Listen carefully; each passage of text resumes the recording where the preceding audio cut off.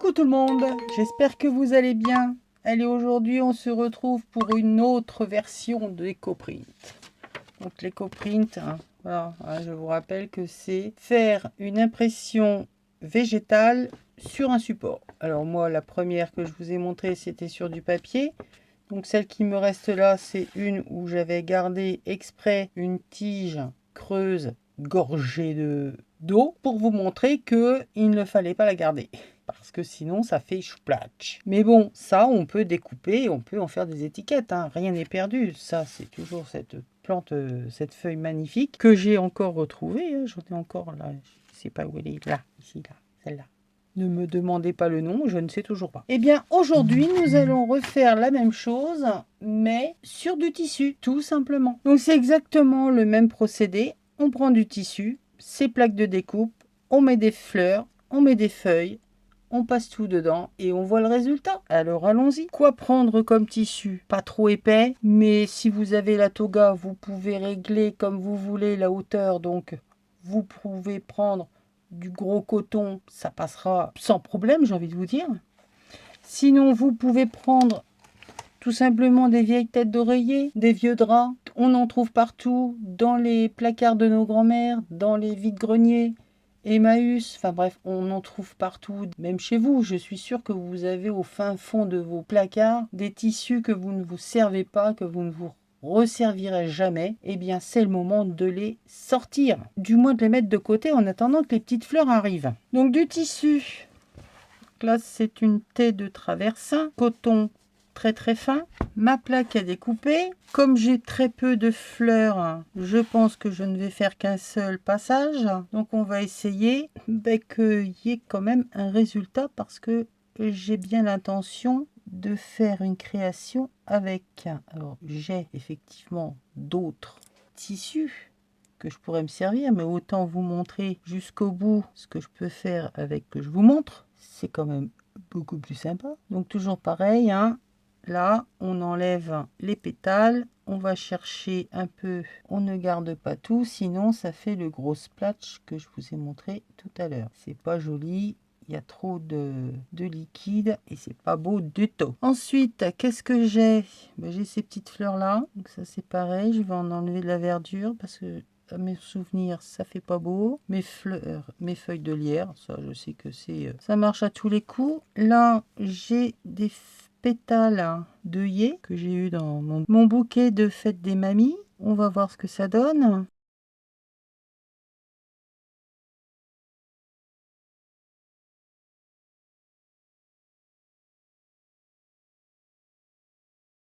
Donc les fleurs, voilà, ce que vous avez sous la main, eh bien on y va. On essaye. De toute façon, on aura au moins un moment ou un autre une empreinte quelconque. Si on n'en a pas, c'est pas grave. On vient reprendre notre tissu ou le papier, hein, parce que ça c'est exactement la même façon de travailler. Si ça marche pas, si on n'a que quelques empreintes, si on en veut plus, on reprend, on vient retravailler, on vient en remettre, on peut le retravailler longtemps après. Je peux pas vous dire que à chaque fois vous allez avoir un résultat, que la rose va se ressortir. C'est tellement aléatoire, ça dépend de comment égorger la fleur, comment... Ah oui, il y a ça que je voulais essayer. Je suis pas du tout certaine que ça me laisse quelque chose, parce qu'elles sont déjà pas mal abîmées. Les petites fleurs jaunes, j'espère qu'elles vont me donner le même résultat que les autres, parce que c'est vraiment super ce qu'elles donnent. Après, vous disposez comme vous voulez, hein.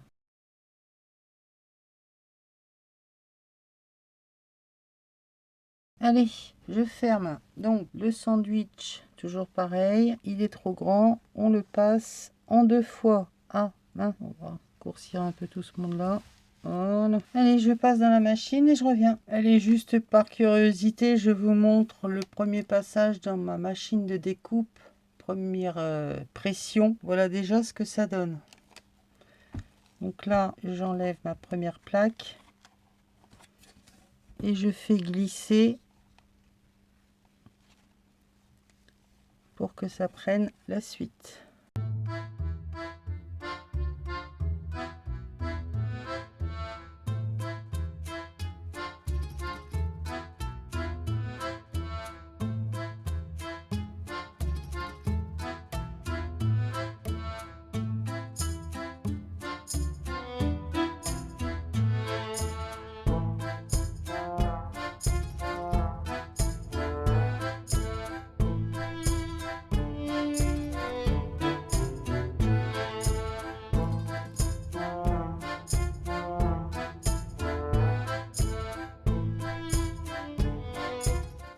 Premier passage, je décale mon tissu. Donc vous voyez déjà que on voit déjà bien les empreintes des feuillages et je passe le reste.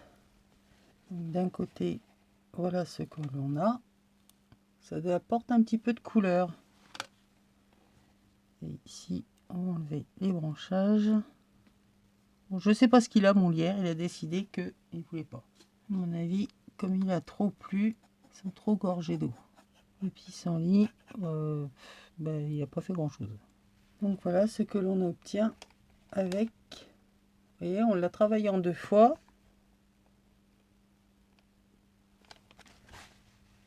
Donc on peut avoir aussi un recto, un verso, où on peut avoir des empreintes qui transpercent le tissu et qui vont nous donner des choses plus jolies d'un côté ou de l'autre. Après, c'est vous qui voyez. Alors ce que je peux vous conseiller aussi, c'est justement pour fixer les couleurs, c'est tout simplement de venir passer un petit coup de fer dessus pour fixer la couleur. Une table à repasser ou ce que vous voulez. Une feuille de papier sulfurisé et on y va. On sèche et ça fixe la couleur tout simplement.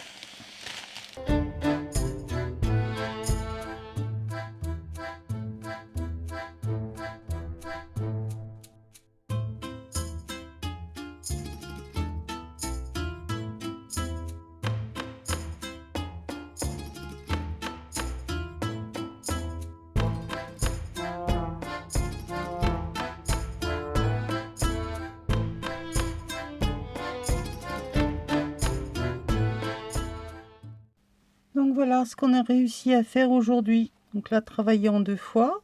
Après, vous utilisez le côté que vous préférez. Et ça, c'est le premier. On a quand même des choses intéressantes avec peu de fleurs. Alors, je vais vous montrer maintenant ce que j'ai déjà fait il y a longtemps, plus tard dans la saison, avec plus de feuilles, de feuillages, de végétaux. Là, c'est un tissu que j'avais déjà passé au chaudron, donc qui a été travaillé, lui, avec des ferrailles. Donc c'est pour ça qu'il a cette couleur foncée. Et par la suite, j'étais venue écraser mon Troène rouge, qui est c'est une tuerie à chaque fois, hein. Donc voilà, ça m'a laissé une jolie empreinte. Là, c'est une feuille de vigne. Et comme il y a eu la ferraille, ça l'a noirci. Où je suis justement venue remettre, mais pour l'instant, je ne vous le dis pas, quelque chose qui a fait noircir, qui l'a fait oxyder. Alors, il y a plein de produits qui font oxyder les végétaux. Mais si je vous dis tout maintenant, c'est pas drôle. Donc voilà ce que l'on peut obtenir. Là, c'est pareil. D'une même impression, on peut avoir différents résultats. Donc là, c'est une feuille de rosier qui passait avec un produit. Voilà ce que ça nous donne. Ça refait sortir. Il était rouge. J'ai mis un produit dessus. Ça le fait redevenir vert. Vice versa. D'autres feuillages vont venir s'oxyder. Et comme ça, tout. Ça va faire réapparaître les nervures. Ça va être différent à chaque fois. Mais ça fera l'objet d'une autre vidéo, évidemment. Donc vous voyez, on peut travailler à l'infini les végétaux. C'est un truc de malade. Alors là, honnêtement, je ne pourrais plus vous dire ce que j'ai mis dessus. Parce que je ne sais plus. Je travaillais plusieurs produits en même temps. Et là, j'avoue que j'ai un trou de mémoire. Feuillage vert. Là, il est oxydé. Ça l'a fait noircir. Et là, ça l'a fait ressortir. Vous voyez bien, on voit bien toutes les nervures de la branche. Il est juste magnifique celui-là. Mais c'est pareil, je reviendrai dessus avec une autre vidéo évidemment pour vous montrer, vous expliquer comment on fait. Voilà, j'espère que cette vidéo vous aura intéressé, que vous allez en redemander encore pour en connaître encore plus sur le travail de l'éco-print. de cette façon de travailler les végétaux avec le papier, avec le tissu. Alors, l'oxydation se fait plus sur le tissu que sur le papier. Personnellement, je n'ai essayé que sur le tissu. Après, je vais travailler plus avec des pchites, avec le papier, mais avec ma presse à vapeur. On peut obtenir avec un fer à repasser, mais c'est plus long et les résultats ne sont pas aussi flagrants. Mais on peut y arriver aussi. Et ça, je reviendrai plus tard. Je vous fais des bisous et on se retrouve pour une prochaine vidéo. Peut-être pas la prochaine, mais une prochaine vidéo pour travailler ces tissus dans le Junk Beau Jardin. Je vous fais des bisous, je vous dis à bientôt et portez-vous bien. Bye!